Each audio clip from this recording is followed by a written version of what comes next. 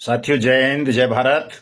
मैं मदन लाल आजाद, संस्थापक संयोजक ठगी पीढ़ी जमाकर्ता परिवार और all India bike board taxi union. आज दिनांक 5 दिसंबर 2024 को आपके समक्ष प्रस्तुत हूं राजधानी दिल्ली से कुछ खास सूचनाएं, खास समाचार आप सबको बताने के लिए। तो पूरा वीडियो तमाम साथी ध्यान से सुन लेंगे। जिन साथियों ने अभी तक हमारे यूट्यूब चैनल को सब्सक्राइब नहीं किया है वो इसे सब्सक्राइब जरूर कर लेंगे, लाइक और कमेंट भी कर देंगे ताकि आपका और हमारा जुड़ाव बना रहे साथियों। और जैसा कि आपको पता है कि हमारा संगठन ठगी पीढ़ी जमाकर्ता परिवार तपजप, जिसे हमने शॉर्ट में तपजप का हमने क्या परमात्मा ने नाम दिया है वो हमको पता नहीं था कि इसका शॉर्ट फॉर्म तपजप बन जाएगा, लेकिन वो बन गया। तो तप का मतलब होता है पहले तपस्या करना, त्याग करना, बलिदान करना, निडरता के साथ लक्ष्य प्राप्ति के लिए प्राणों का बलिदान तक कर देना। और जब तो बहुत सरल चीज है, जाप तो कोई भी कर सकता है, सबको अधिकार है जाप करने का। और जो भी तप और जप दोनों को कर लेते हैं निश्चित रूप से उनको सफलता मिल जाती है। तो हमको भी इसमें तो कोई संदेह नहीं है कि सफलता नहीं मिलेगी, सफलता जरूर मिलेगी, 100% मिलेगी। लेकिन संघर्ष कठिन है साथियों। 9 दिसंबर को 100 दिन पूरे हो जाएंगे हमारे राष्ट्रव्यापी अनिश्चितकालीन असहयोग आंदोलन को। और 100 दिन पूरे होने पर पूरे देश भर में हर जिला मुख्यालय पर, तहसील मुख्यालय पर हमारे तमाम साथी जोरदार हल्ला बोल प्रदर्शन करेंगे, मेमोरेंडम सौंपेंगे सरकार को, भुगतान करो या सत्ता छोड़ो का नारा देंगे, बट्स एक्ट 2019 के क्रियान्वयन की मांग करेंगे, ठगों को फांसी देने की मांग करेंगे, अपने भुगतान की मांग करेंगे और निर्दोष एजेंट साथियों को सुरक्षा, सम्मान, रोजगार, पुनर्वास का अधिकार देने की मांग करेंगे। यही 3 मांगे हैं हमारी। और इन तीनों मांगों की पूर्ति के लिए हम अपने इस अनिश्चितकालीन असहयोग आंदोलन के 100वें दिन राष्ट्रव्यापी स्तर पर ये कार्यक्रम करेंगे, यानी 100वां दिन मनाएंगे, एक तरह से कहें तो विरोध प्रदर्शन के रूप में। तमाम जगहों पर तैयारी चल रही है। 8 दिसंबर को उदयपुर, मेवाड़ की धरती, महाराणा प्रताप की धरती पर 8 दिसंबर को ही ये कार्यक्रम होगा। चूंकि शायद 9 का कोई वहां पे कुछ और मामला होगा तो इसलिए 9 को नहीं मना रहे साथी, 8 दिसंबर को मना रहे हैं। बाकी स्थानों पर तमाम साथी इसे 9 को या 10 को या 8 को भी मना सकते हैं। और बाराबंकी में ये 9 को मनाया जा रहा है। मेरे पास उदयपुर से भी है आमंत्रण, बाराबंकी से भी है। अब पता नहीं साथियों कौन सी जगह पहुंच पाऊंगा। उदयपुर 8 का है, बाराबंकी 9 का है। प्रयास मेरा यह है कि मैं बाराबंकी पहुंचूं 9 तारीख को, क्योंकि बाराबंकी में एक बड़ी प्रॉब्लम, LUCC जो कंपनी क्रेडिट कोऑपरेटिव सोसाइटी है, जिसका मालिक समीर अग्रवाल दुबई भाग गया है, लाखों निर्दोष एजेंटों को फंसाकर और करोड़ों ठगी पीड़ितों का पैसा लेकर, उसको लेकर बड़ी पीड़ा हो रही है। चूंकि LUCC के मामले में जितने भी मुकदमे जहां भी दर्ज हो रहे हैं वो सब नई भारतीय न्याय संहिता 2023 के अंतर्गत हो रहे हैं। और उनमें इस संहिता की धाराओं में एजेंट को भी दोषी मान लिया गया है कि अगर इसके तहत कोई चीटिंग का मुकदमा दर्ज होगा, ठगी का, तो उसमें एजेंट को भी आरोपी बनाकर दंडित किया जाएगा। उसकी भी प्रॉपर्टी को कुर्क और सीज किया जाएगा, जो भी पैसा उसने कमीशन के रूप में ऐसी फ्रॉड कंपनी या क्रेडिट कोऑपरेटिव सोसाइटी से कमाया होगा। तो बड़ा गंभीर विषय है।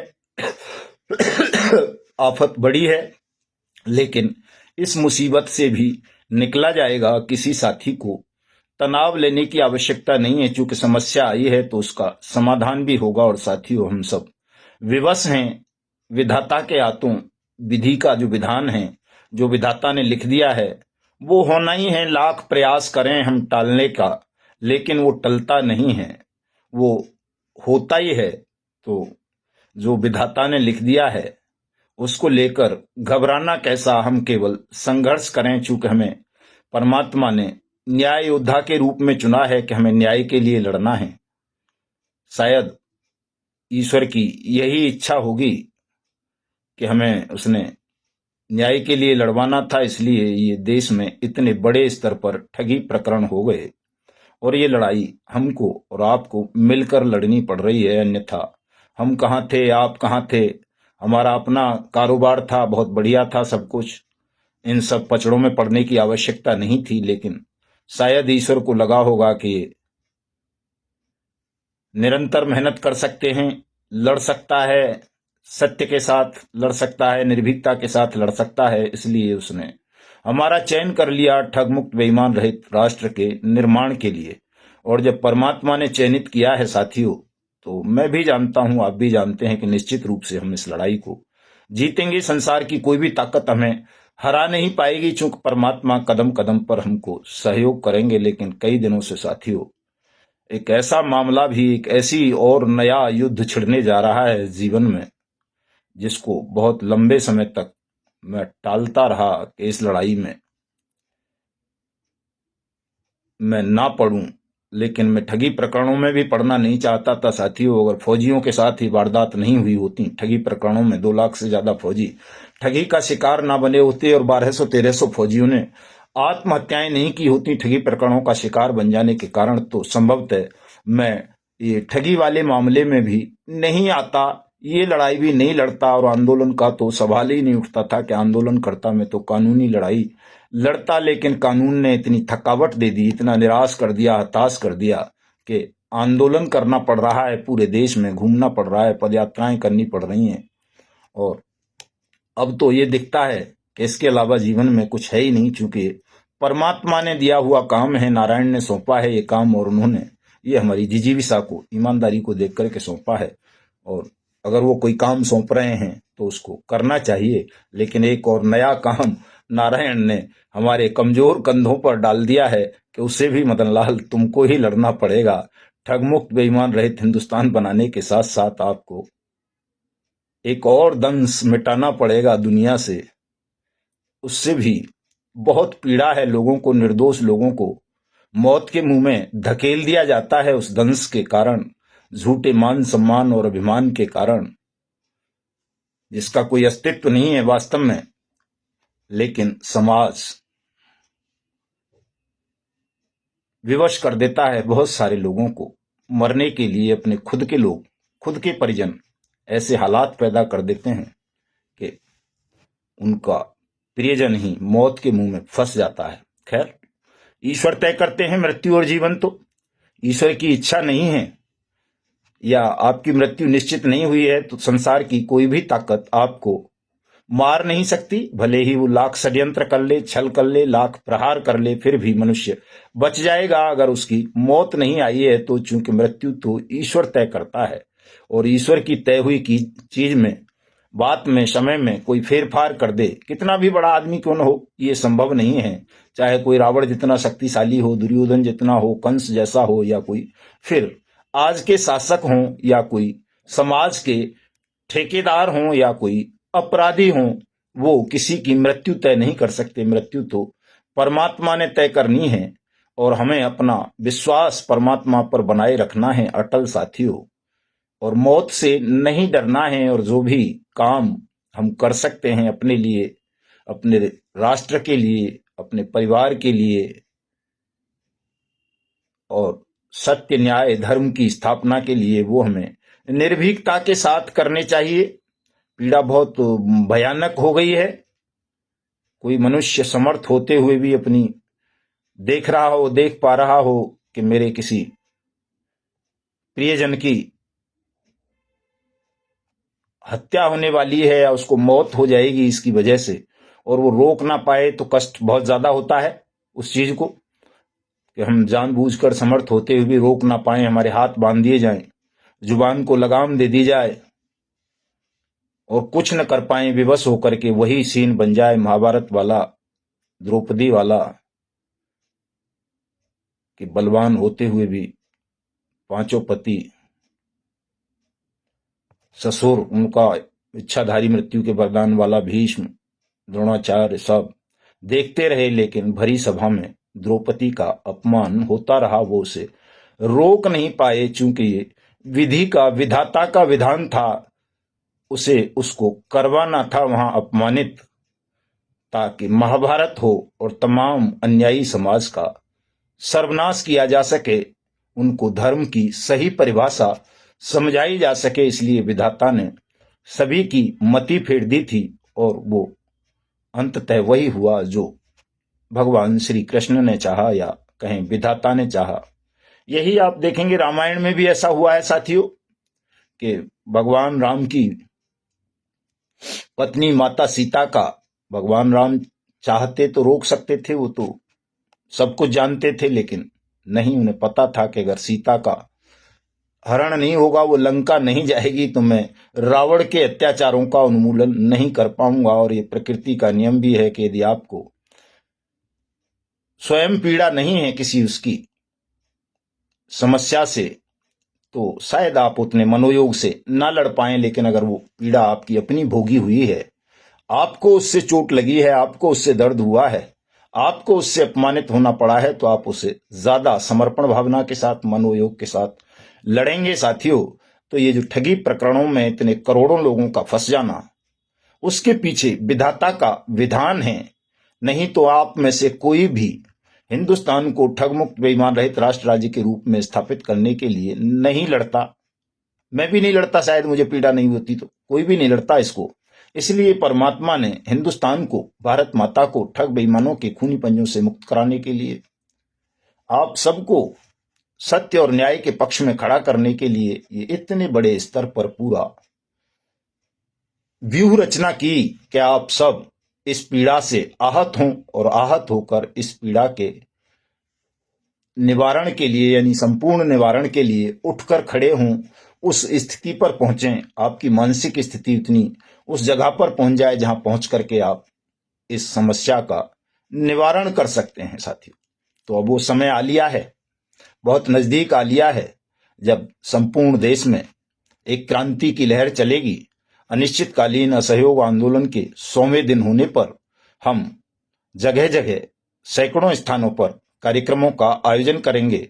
आप भी सब करें, पोलिंग बूथ स्तर पर सर्वे करवाएं ठगी पीड़ितों का, किस किस का पैसा, किस किस कंपनी, किस किस कोऑपरेटिव सोसाइटी, किस किस फर्म, किस किस निधि और कमेटी तक में डूबा है। यानी किसी ने अगर जमा योजनाओं के नाम पर रियल एस्टेट का कारोबार हो या जो भी, अगर कहीं भी किसी का पैसा डूबा है तो उसका सर्वे करें, उनसे आवेदन भरवाएं और उस आवेदन की एक प्रति प्रधानमंत्री को, एक अपने राज्य के चीफ मिनिस्टर को ईमेल के द्वारा भेजें और एक हमको भी ईमेल या व्हाट्सएप पर भेजें। आज हम अपना ईमेल आईडी दे देंगे डिस्क्रिप्शन में, वो देख लेना, yugantarnews@gmail.com के नाम से है, उस पर भेज सकते हैं। और या अपने जिला अध्यक्ष, प्रदेश अध्यक्ष या तहसील अध्यक्ष को भी दे सकते हैं। और बूथ स्तर पर ठगी पीड़ित जमाकर्ता परिवार तपजप संगठन की साथियों, आपको कमेटियां गठित करनी है, चूंकि आपकी लड़ाई केवल शासन से नहीं है, उन ठगों से भी है, बेईमानों से भी है, जो हिंदुस्तान को खोखला कर रहे हैं शासन का संरक्षण पाकर। लड़ाई बड़ी विकट है साथियों, लड़नी है, जीतनी है। और जब जीतनी है, लड़नी है, तो जीना भी बड़ा जरूरी है। तो जिएंगे, पुरखलूस के साथ जिएंगे, इस लड़ाई को लड़ेंगे। निश्चित रूप से परमात्मा इसमें हमको विजय श्री दिलाएंगे। और जो भी रणनीतियां हैं, योजनाएं हैं, 100वें दिन पर साथियों जोर शोर से बनानी है। और 1 मई को जब हम पूरे देश में हल्ला बोल आंदोलन करेंगे, चूंकि हमने चेतावनी दे रखी है 25 नवंबर के संसद भवन धुलाई अभियान के समय हमने कह ही दिया था सरकार को कि 1 मई को जब हम आएंगे तो आपके रोके नहीं रुकेंगे। इस बार तो आपने बहुत सारी फोर्सेज लगा करके हमको रोक लिया है, चूंकि हमारी संख्या कम थी। लेकिन इस बार जब हम 1 मई 2025 को संसद पर आएंगे तो आपकी ये फोर्स, आपकी ये और तमाम तैयारियां धरी की धरी रह जाएंगी। इतने बड़े जन सैलाब के साथ हम संसद पर चढ़ाई करेंगे और सीधे छत से धुलाई करेंगे, आप सबकी भी धुलाई करेंगे। और संपूर्ण ठग बेईमान साम्राज्य को उलट पुलट के देश में एक नई व्यवस्था का बीजारोपण करेंगे, निर्माण करेंगे।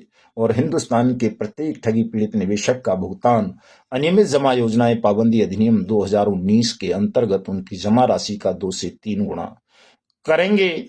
और तमाम ठगों को, बेईमानों को मृत्यु दंड देंगे। और जितने भी निर्दोष साथियों का उत्पीड़न हुआ है, शोषण हुआ है, उन सबको रोजगार, पुनर्वास, सुरक्षा और सम्मान की गारंटी देंगे। साथियों, सम्मान को कोई भी हल्के में नहीं लेगा। सम्मान संसार की ऐसी चीज होती है जिसको मनुष्य मरने के बाद भी खोना नहीं चाहता।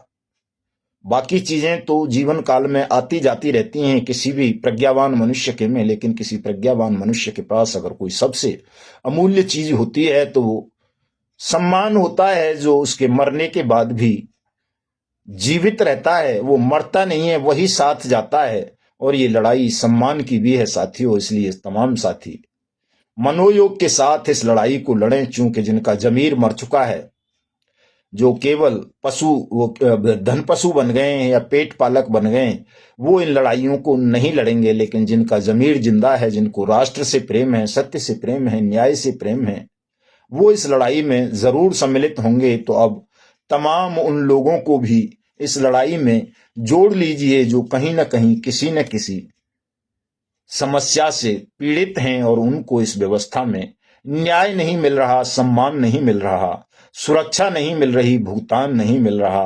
तो ऐसे तमाम लोगों को अब संगठन में स्थान दीजिए, जोड़िए, और लड़ाई अब और बड़े स्तर पर भयावह होने जा रही है। शुरू करें तमाम साथी। मैं इतना ही कहूंगा आज के इस वीडियो संदेश में। जिन साथियों ने हमारे संगठन में हमको हमारे आंदोलन में सहयोग प्रदान किया है या कर रहे हैं या करेंगे, उन सब का बहुत बहुत धन्यवाद, आभार साथियों। तैयारी करें। संभवतः मैं 9 को बाराबंकी यूपी रहूंगा, चूंकि अभी स्वास्थ्य भी बढ़िया नहीं है उतना, लेकिन उम्मीद है कि 2-3 दिन में ठीक हो जाऊंगा। काफी कंट्रोल हो गई हैं चीजें, और मैं 9 तारीख को बाराबंकी पहुंचूंगा।